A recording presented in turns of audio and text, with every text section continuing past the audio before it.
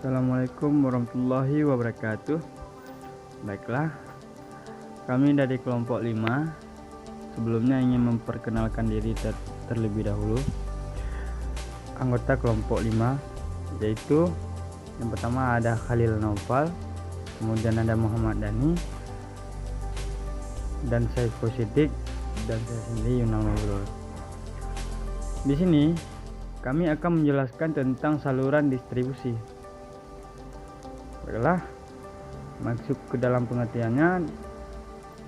Menurut KBBI, distribusi memiliki arti penyaluran, pembagian, dan pengiriman kepada beberapa orang atau tempat. Sedangkan menurut Warren J. Kagan 2003, saluran distribusi merupakan saluran yang digunakan oleh produsen untuk menyalurkan barang produksinya dan produsen sampai ke tangan konsumen atau pengguna industri. Selanjutnya di sini ada jenis-jenis saluran distribusi. Distribusi dari produsen ke konsumen.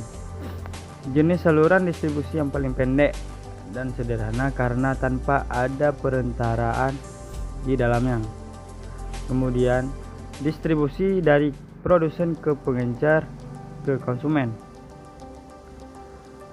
Di jenis distribusi ini, produsen hanya berperan sebagai pihak yang melayani penjualan besar dan melakukan distribusi kepada pedagang pengencer, sehingga mereka tidak melayani penjualan pada konsumen akhir. Jenis-jenis saluran distribusi. Distribusi dari produsen ke pedagang besar, ke pengencer, dan ke konsumen. Produsen hanya melayani penjualan dengan skala besar kepada pedagang besar saja yang tidak menjual produk atau jasanya kepada pengencer, seperti jenis distribusi di poin kedua. Distribusi dari produsen ke agen dan ke pengencer dan ke konsumen. Jenis saluran satu ini, produsen memilih menjualkan produk kepada agen sebagai penyalur. Kegiatan pedagang besar dalam proses penjualan oleh produsen hanya dilakukan kepada para agen saja, di mana kemudian agen akan melakukan penjualan kepada pengencer besar. Berikutnya jenis-jenis saluran distribusi juga. Produsen ke agen, ke pedagang besar, dan ke pengencer dan ke konsumen. Jenis yang satu ini layaknya dikombinasikan dari jenis saluran distribusi sebelumnya. Produsen akan menggunakan agen sebagai perantara untuk menyalurkan produk dan jasa kepada pedagang besar. Berikutnya adalah strategi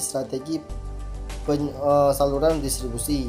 Yang pertama adalah strategi distribusi intensif.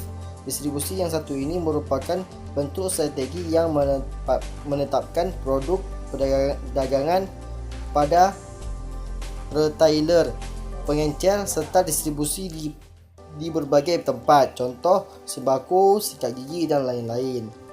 Strategi distribusi yang kedua adalah selektif.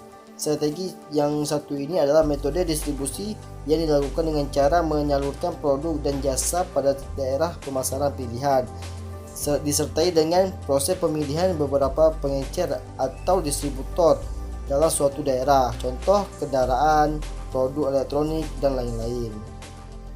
Berikutnya strategi saluran distribusi. Yang ketiga adalah strategi distribusi eksklusif. Strategi distribusi eksklusif akan ditetapkan dengan memberikan hal distribusi produk kepada beberapa pengencer atau distributor di daerah tertentu saja. Produk dengan strategi ini biasanya merupakan barang dengan kualitas terbaik, berharga tinggi, serta dengan market konsumen yang terbatas. Contoh strategi ini meliputi supermarket, minimarket, showroom mobil, dan lain-lain. Berikut adalah hal-hal yang perlu diperhatikan dalam pemilihan saluran distribusi. Yang pertama adalah pertimbangan pasar, yang kedua pertimbangan produk, yang ketiga pertimbangan perantara, yang keempat terakhir pertimbangan perusahaan. Berikutnya cara memilih saluran distribusi. Yang pertama adalah pertimbangan pesaing.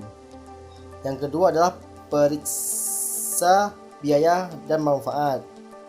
Yang terakhir adalah periksa biaya dan manfaat. Berikutnya tahapan saluran distribusi.